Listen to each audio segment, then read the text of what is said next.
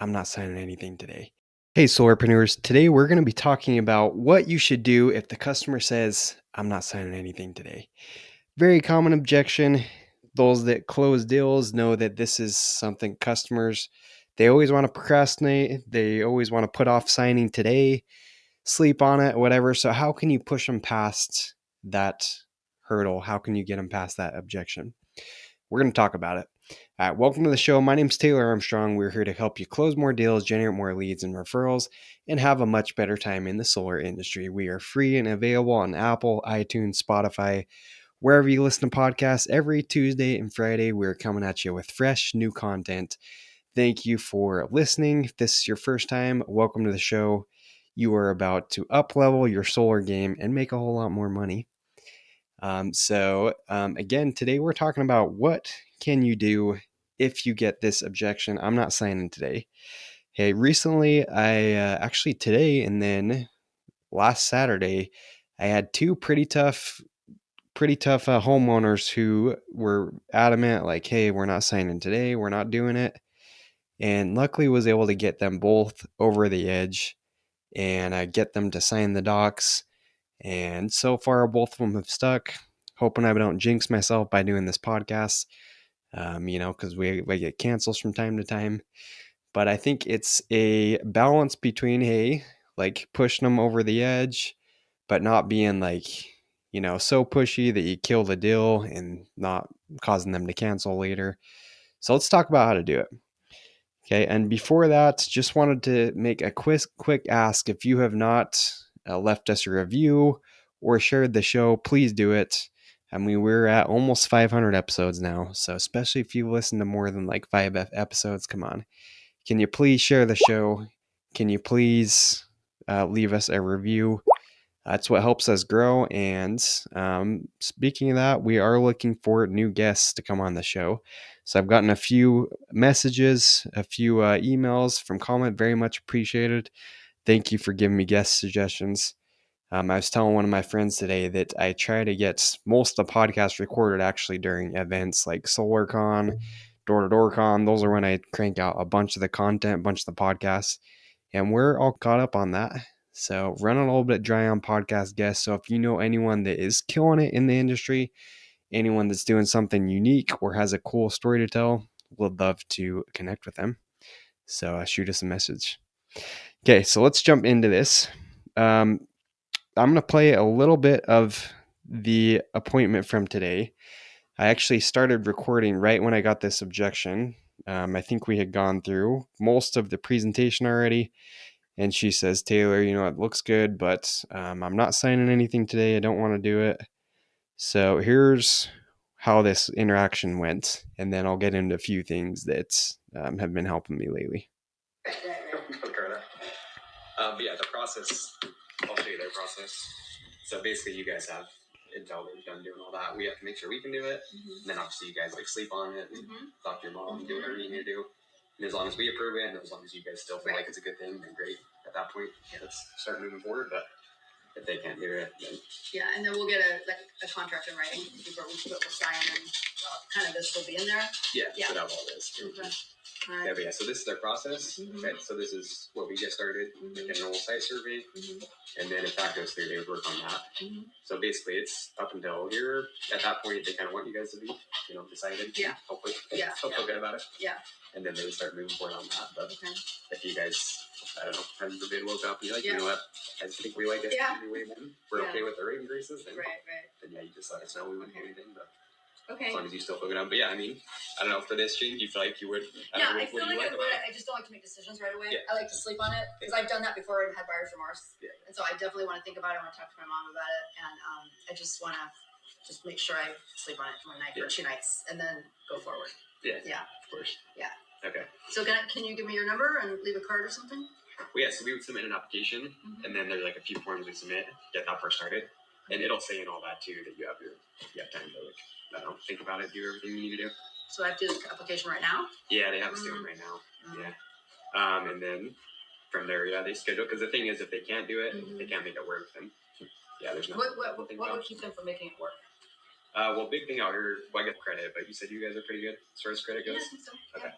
that should be good. But then they have to check how many amps your electric panel is, because it's like drawn energy in there. So just make sure there's enough space in there. And then they have to send that in to SDG&E, and then just make sure that we're approved for all the battery funding. They approve it.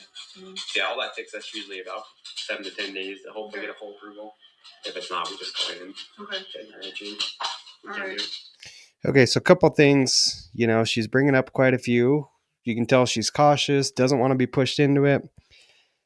So this is a softer close, right? Ideally, you want people stoked and, hey, we're signing it today, we're doing it.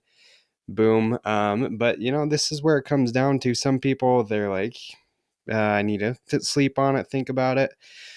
So in my opinion, it is, it's better to get like a softer deal closed, and worst case, tell them, hey, you got your time to think about it, and just get the ball rolling. Because in my experience, you'll get way more deals that stick where you pushed them over the edge and they do it and they're like, you know what, we'll just do this, versus people that just like don't sign and then they just think about it, paralysis by analysis. So I think you should do everything possible in the deal to get the doc signed, to get things going. And disclaimer, we are doing mostly power purchase agreements out here in California at the moment. Some people call it leases, right? Leases, power purchase agreements, similar. And so most of these contracts, it does, like, they have a pretty long cancellation window. Sunrun, which we use out here, they actually have it written in their contract that the customer can cancel up until the points of construction, of installation. So, it's not ideal. And actually, I don't love that. I wish it would say otherwise, because nothing drives me crazier than customers canceling when we have gotten permits and when we're ready to install, and they're just like, nah, we don't want to do it anymore. So it doesn't happen often, but it's happened a few times, and you want leverage to actually get them to stick with the deal. So I wish it didn't say that. But anyways, if your contract does say that, then you can you can go through that. Just show it to them to ease their fears about saying, hey, you do have the time to think about it. Because what I like about that is, before, all contracts had the 3-day right of rescission. And I think what would happen is sometimes people would be like, oh, we need to research it 3 days. And they would almost like stress themselves out thinking they had 3 days to do their thing. But I think I like the 10-day. I like the idea of a 10-day cancellation window, which our other financer, Everbright, they have a 10-day cancellation window written in their contract. And I like that, just because 10 days, it's plenty of time to research it, to feel good about it, do their thing. But it's almost like when people think they have plenty of time to think about it and sleep on it, they just they don't stress themselves out. They're still relaxed and they're going to look at it. But a lot of times they don't even think about it, and they just kind of forget. And they're like, okay, you know what? This is good. Let's just do it.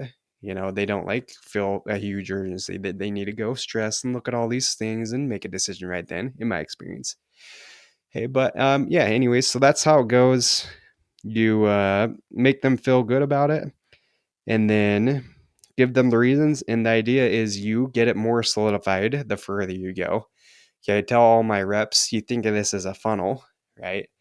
You're not saying the word contract. You're not saying we're making a final decision, but it's like one step at a time. I heard this little fable. I don't know if it's a fable or a myth about, I think we used to hear this as something in church when I was a young man growing up. I think our scout leaders and stuff would tell us about it. But he would always be like, hey, this is how the devil works.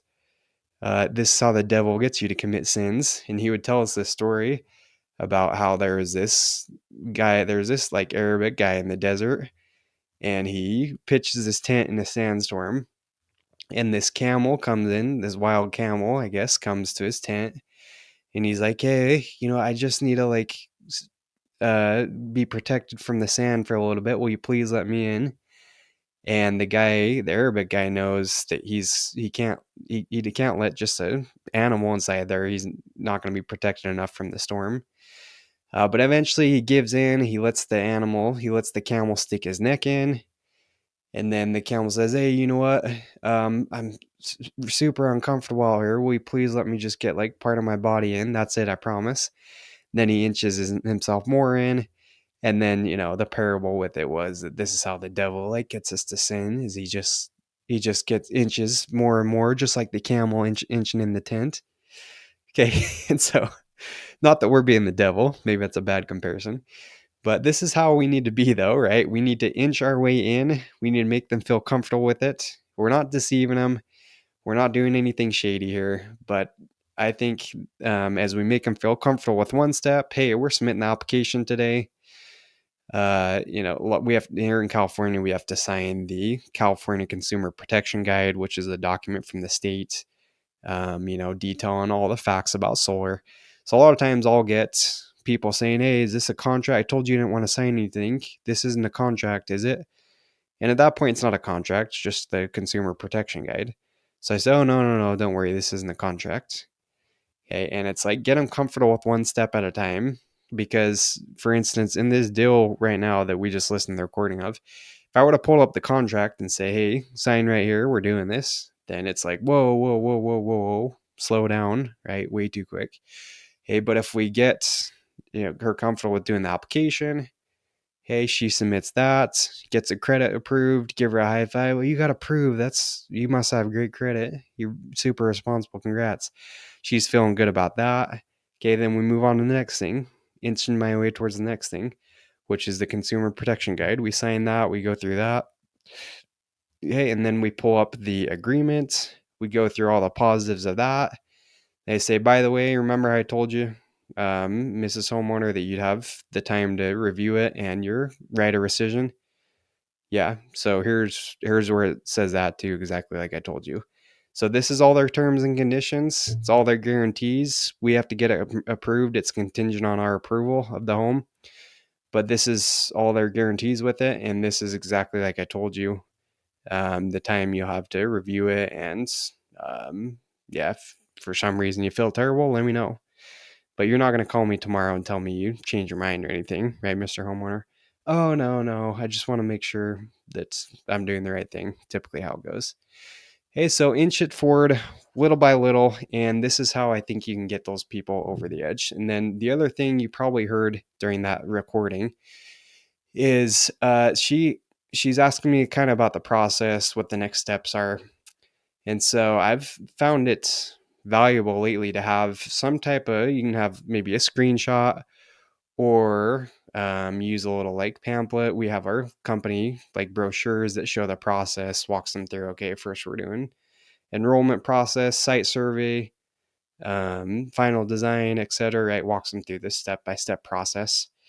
Hey, so I find it very useful to actually have that pulled up, either save a photo of the process on your iPad, your computer as you're going through the presentation, or pull out the little company pamphlet, company brochure, and just show them exactly what's happening right now.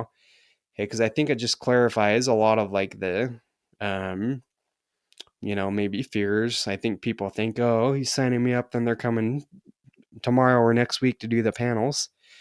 And each of these past two accounts that were giving me a lot of resistance fighting it, I think it eased their fears, because I show them, "Hey, this is a long process. We're not Amazon Prime now. We're not showing up 2 days later with panels on your roof. Hey, we got to go through this process. We got to take our time. We got to make sure everything's working here. So yeah, this is the process." And then you heard me in the recording say, "You have up until this point to make sure you guys love the decision, to make sure you're happy with it, to make sure there's more reasons that you want to stick with this versus stay with your current situation in the utility. If you think of more reasons, then by all means stay with the utility. But this is what we're going to follow. And we just ask that at this point, by the time we get to hopefully your home approved in a final design, we just ask that at that point that you have a decision, because we are going to be putting our time, money, and resources into it at that point too." Does that sound fair? Cool. Hey, so that's something that can help a lot. Okay, so we'll play a little more of this recording, and then give a few more of my thoughts and then wrap it up from there. 10 minutes. Okay, I'll do the application, but that's as far as I'm gonna go. Okay, but yeah, I mean, hypothetically, if everything's like if everything checked out, it's nothing more, nothing less than what we're talking here. Yeah. Can you think of any reason? I can't think of any reason, especially if we don't have to pay anything up front. Yeah. And that's going to be that. Yeah. I mean, then I don't think I see a problem. I do need to talk to my mom about it and see if she wants to proceed with it. Yeah. Yeah. Okay. Do you think we should grab her and see if she has any, questions about it? Probably be better if I talk to her on my own. Okay. Yeah. Am I going to be the only one in the application, or does she need to be on it too? Up to you. I mean, if you're on the title, I mean, just put you on there. But would you want her on there? It doesn't matter to me. I just didn't know if it makes it better if there's two people putting their information in there. Okay, so yeah, you heard how we transitioned. She's like, I'll do the application. That's as far as I'm gonna go.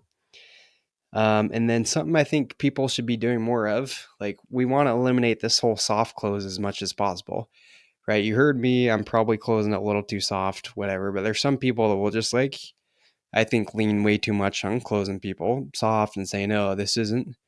There's people saying, "Oh, this isn't no commitment at all," and cancel at any time. That I don't agree with that, right? Make sure they know it's an agreement. I mean, show them their cancellation period if you have to, whatever. Don't get them thinking that they're going to cancel, but just, make sure it's something they know they can do if they feel terrible about it, whatever.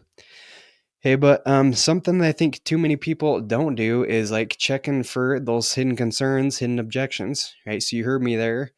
Like, okay, well, I get it. I know you need time to talk to your mom, do your thing, sleep on it. But let me ask you, like, hypothetically, if everything checks out and everything's exactly how we're saying, nothing more, nothing less, is there any reason you can think of right now where you think you'd be better off staying with the current utility? And I think it's good to just check for those hidden objections, right? Because sometimes you get to this point and like you don't even know what they're thinking. Maybe they're thinking, oh, I want to talk to my realtor friend. He said this. I don't know. Like you want to check, dig those possibly hidden objections out, isolate them, and then maybe isolate them even further. Be like, oh, well, I want to talk to my realtor. I want to just do some research, whatever. Okay, well that's great. And so, if everything goes good with the realtor, he says it's great, and your neighbor says it's great, and everything matches up with what we said. Any other reason you wouldn't be happy with a program like this? No? Okay, great. Yeah, you're getting them all out on the surface, right? And you're checking for it. Okay, so that's one thing. And then the other small mistake I made here is just making sure you get all decision makers involved. Okay, I should have done a better job about actually getting the mom there. And lucky for me, she did the mom came and we were able to get her on board. She was totally cool with it, which was great because if she wasn't, then I don't think this deal would have closed. But yeah, you want to make sure you get all the people involved. And I've seen so many people where it's like literally the husband is sitting in the room next to us watching TV. Or yeah, you probably heard, not the greatest audio quality, but the mom was sitting in the other room watching the football game. So I should have gotten her more involved in the process from the beginning because it's like, she's saying, no, it's better if I talk to her. We all know that's not true at all. It's much better if we talk to the decision makers because they're going to have objections. They're going to have things come up. We want to be there and get through those with the other parties, right? It's like, the spouses, daughters, whatever, they're not trained. They haven't been selling solar. They don't know about solar. So they don't know how to respond and overcome the objections that the other decision makers may have. So whenever possible, get them involved with it. And don't make the mistake I made of just letting them sit and watch TV in the other room.